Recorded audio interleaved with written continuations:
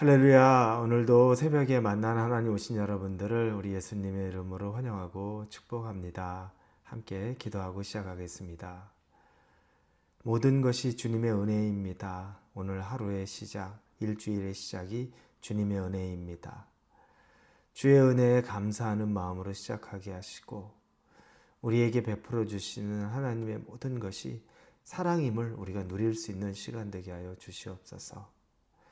우리는 정말 눈앞에 보이는 것밖에는 그게 좋은지 안 좋은지도 잘 깨닫지 못할 정도로 눈앞에 보이는 것에 연연하고 살아갑니다. 그러나 훨씬 더 멀리 깊게 오래 우리의 선함을 위하여 또 우리의 안전함과 강건함을 위하여 준비해 주신 하나님의 사랑에 우리가 더 이해할 수 있는 그 영적인 깊이를 허락하여 주옵소서. 감사드립니다.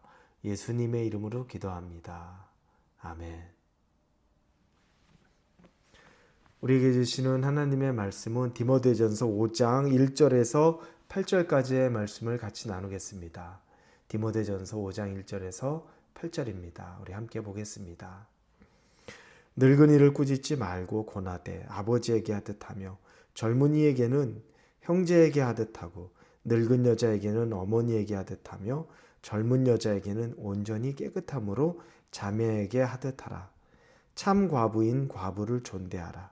만일 어떤 과부에게 자녀나 손자들이 있거든 그들로 먼저 자기 집에서 효를 행하여 부모에게 보답하기를 배우게 하라. 이것이 하나님 앞에서 받을 만한 것이니라.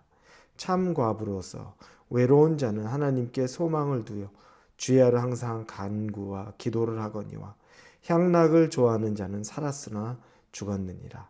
내가 또한 이것을 명하여 그들로 책망받을 것이 없게 하라. 누구든지 자기 친족 특히 자기 가족을 돌보지 아니하면 믿음을 배반한 자요 불신자보다 더 악한 자니라. 아멘. 지난 시간에 우리는 디모데에게 바울이 너의 연소함, 너 나이가 어리다고 해서 다른 사람들에게 쉽게 판단받지 않도록 영적으로 강건해야 된다라고 하는 가르침을 보았습니다. 나이 어리니까 어린 사람이라고 어린 사람인 것처럼 철없이 또 리더가 영적으로 철없이 살아가서는 절대 안 된다는 거죠. 오히려 강건하게 누구보다도 더 영적인 나이가 많은 사람처럼 영적으로 더 세워져야 한다는 것을 바울이 디모데에게 간구하고 또 권고했습니다. 자, 그런데 오늘은 이 디모데에게 또 다른 걸 이야기합니다. 네가 리더로서 연소하지만 영적으로 강건하고 또 어떻게 보면 네가 영적으로 더 어른의 역할을 할 텐데 그렇다고 해서 네가 인간적으로 다른 사람을 대할 때 오해하지 말고 그릇 행하지 말라고 하는 가르침을 주기 시작합니다. 그게 1절, 2절에 나오는데 나이에 맞게끔 사람들에게 대해야 되는 것을 이야기합니다. 첫째는 자기보다 나이가 많은 남자 성도에게 어떻게 할 것인가. 그들에게는 내 아버지에게 하듯이 하라는 겁니다. 우리 이런 것들을 많이 짐작할 수 있죠. 교회로 보면 젊은 목사 있고 연세가 많은 어른들, 장로님부터 또 직분이 아직 없는 성도님들까지 다 이런 분들이 있을 수 있습니다. 그런데 목사가 젊은 목사 또 젊은 장로가 되었다고 해가지고 다른 성도들을 대할 때 내가 뭔가 우위에 있는 것처럼 내가 직분에 우위에 있다. 내가 당신 가르치는 사람이다 라고 해서 그 사람들을 정말 버릇없는 모습으로 훈계하려는 것으로 무릎 꿇리려는 그런 마음으로 절대 그렇게 하지 말라는 겁니다. 가르칠 건 가르쳐야 되고 알려줄 건 알려줘야 되고 이끌어갈 건 이끌어가야 합니다. 그래서 그 전에 네가 나이 어리다고 해서 절대 어린 사람 취급받지 않도록 영적으로 네가 강하게 담대하게 서 있어야 된다는 얘기를 먼저 한 겁니다. 그러나 영적으로 강건하다고 네가 담대하다고 해서 이 세상의 법도 이 세상 살아가는 방식으로 네가 아나무인격으로 어디 높은 사람인 것처럼 밑에 사람 내려보듯이 절대 그렇게 하지 말라는 겁니다. 아들이 아무리 세상의 지위가 높고 많이 배웠고 또 부자라고 해도 자기 친아버지한테 그렇게 거만하게 굴 수 없습니다. 정상적인 아들이 아니죠. 만약 그렇게 한다면. 자기 아버지에게는 늘 아버님, 아버님 그러셨습니까? 예, 제가 이렇게 부족합니다. 우리로 말하는 우리의 정서로는 그와 같은 것들을 이야기하는 겁니다. 그러니 지혜롭게 나보다 나이 많은 남자 성도를 대하라는 거죠. 두 번째는 이제 나보다 좀 연수한 젊은 청년을 대할 때는 형제와 같이 대하라는 겁니다. 부드럽고 친절하면서도 격이 없고 이런 만남을 가지라는 겁니다. 그리고 세 번째는 나이 많은 여자를 대할 때는 어머니 대하듯이 사랑하고 보듬고 존중하고 인정해주고 이런 어머니 대하듯이 하고 그 마음을 잘 이해하라는 거죠. 그리고 네 번째는 나이가 젊은 여자들을 대할 때는 조심히 대하라는 이야기를 합니다. 그 자매를 대하듯이 순수하게 대하라는 겁니다. 오해 소지가 많을 수 있습니다. 나보다 나이가 더 어린 젊은 여자를 성도를 대할 때는 상당히 오해 소지가 있을 수 있습니다.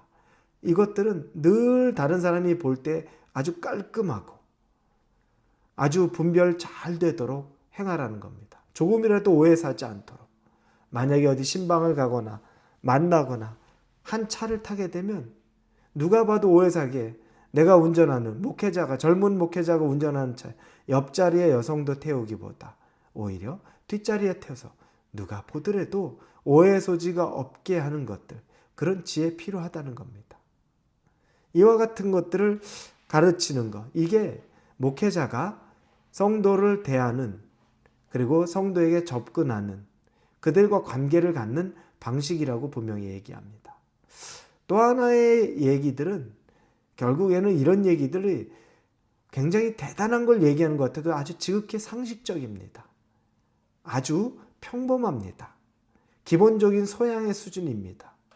이런 기본적인 소양, 상식도 갖추지 않고 반말, 나보다 나이 많은 사람 그냥 우습게 여겨서 반말인지 존댓말인지 구분되지 않을 정도로 끝에 말 흐려가면서 얘기하지 않고 나이 좀 어리다고 해서 짓누르려고 하지 않고 여성들 이것저것 가리지 않으면서 그냥 이 몸에 터치도 하고 이런 일들 절대 하지 말라는 겁니다. 상식적으로도 옳지 않은 겁니다. 두 번째는 3절부터 8절까지 보면 과부에 대한 이야기가 나옵니다. 과부는 가장 도움이 필요했던 사람입니다. 늘 돌봐야 됐던 대상입니다. 왜냐하면 가장 취약한 계층이기 때문에 그렇죠. 책임져 줄 남편이 없었고 혼자 먹고 사는 문제를 해결해야 됩니다. 그러니 교회에서나 늘 이 과부에 대한 문제는 아주 시급한 문제입니다. 그런데 참 중요한 말을 4절에 합니다. 4절에 보니까 만일 어떤 과부에게 자녀나 손자들이 있거든 그들로 먼저 자기 집에서 효를 행하여 부모에게 답하기를 배우게 하라. 이것이 하나님 앞에 받으실 만한 것이니라. 힘든 과부, 가족도 나를 부양해 줄 것도 아무도 없는 이런 참 과부들, 이런 과부들은 교회에서 전적으로 돌봐주는 게 너무 당연한데 그런데 과부이기는 하지만 장성한 자녀가 있고 돌봐줄 수 있는 자녀가 있는 경우들은 얘기가 다르다는 겁니다. 그럴 때에는 가정에서 먼저 효를 행하라는 겁니다. 자녀들이 이 어머니 책임지라는 겁니다. 그게 옳은 거라고 말합니다. 그래서 8절에 보면 누구든지 자기 친족 특히 자기 가족을 돌보지 아니하면 믿음을 배반한 자요 불신자보다 더 악한 자니라. 교회에서 돕기 이전에 가정에서 해야 한다는 거죠. 사람들이 해야 될 기본적인 소양. 아니 내 가족도 내가 도울 수 있는데 돌볼 수 있는데 돌보지 않고 이걸 다른 사람에게 맡긴다. 뭐 교회에 맡긴다. 옳지 않다라는 겁니다. 상식적으로 맞지 않고 이건 믿음 없는 사람보다도 더 믿음 없는 짓이라고 8절에 이야기합니다. 여러분이 혹시 여러분 가정에 어려운 분이 있는데 여러분은 돕지 않으면서 누군가 다른 사람이 돕기를 원합니까? 잘못됐습니다. 과부의 문제만이 아닙니다. 재정적으로 환경적으로 어려울 때 주변에서 왜 나 안 도와줘? 그런데 정작 그 가정 식구들은 별로 움직이지 않습니다. 옳지 않습니다. 이거 하나님이 기뻐하지 않습니다. 먼저 우리가 해야 될 도리를 다 하고 그 다음에 되지 않는 부분들을 주변에서도 돌볼 수 있는 겁니다. 하나님이 그렇게 말씀하십니다. 그렇게 해야 한다고 얘기합니다. 이게 부모에 대한 효를 배워가는 자녀들이 당연히 해야 될 효행이라고 이야기합니다. 이건 아주 지극히 당연한 겁니다. 여러분, 우리가 아는 신앙은 엄청난 하늘의 것을 가지고 사는 게 아닙니다. 하나님이 우리에게 원하시는 것은 이 땅에서 너무너무나 상식적이고 너무너무나 기본적인 우리의 소양의 수준 정도에서 시작합니다. 그것조차도 이루지 않으면서 신앙을 논해서는 안 되는 겁니다. 기본 인격도 갖추지 않았는데 신앙을 탓할 게 아닙니다. 인격, 소양, 우리가 해야 될 인간적인 도리, 그게 신앙의 시작점이라는 거 여러분 잊지 마십시오. 오늘 하루를 살아갈 때에도 사람을 여러분 귀하게 대하시고 내가 해야 될 것들에 부족함 없이 할 수 있는 여러분 믿음의 사람이 되기를 예수님 이름으로 축원합니다. 기도하겠습니다.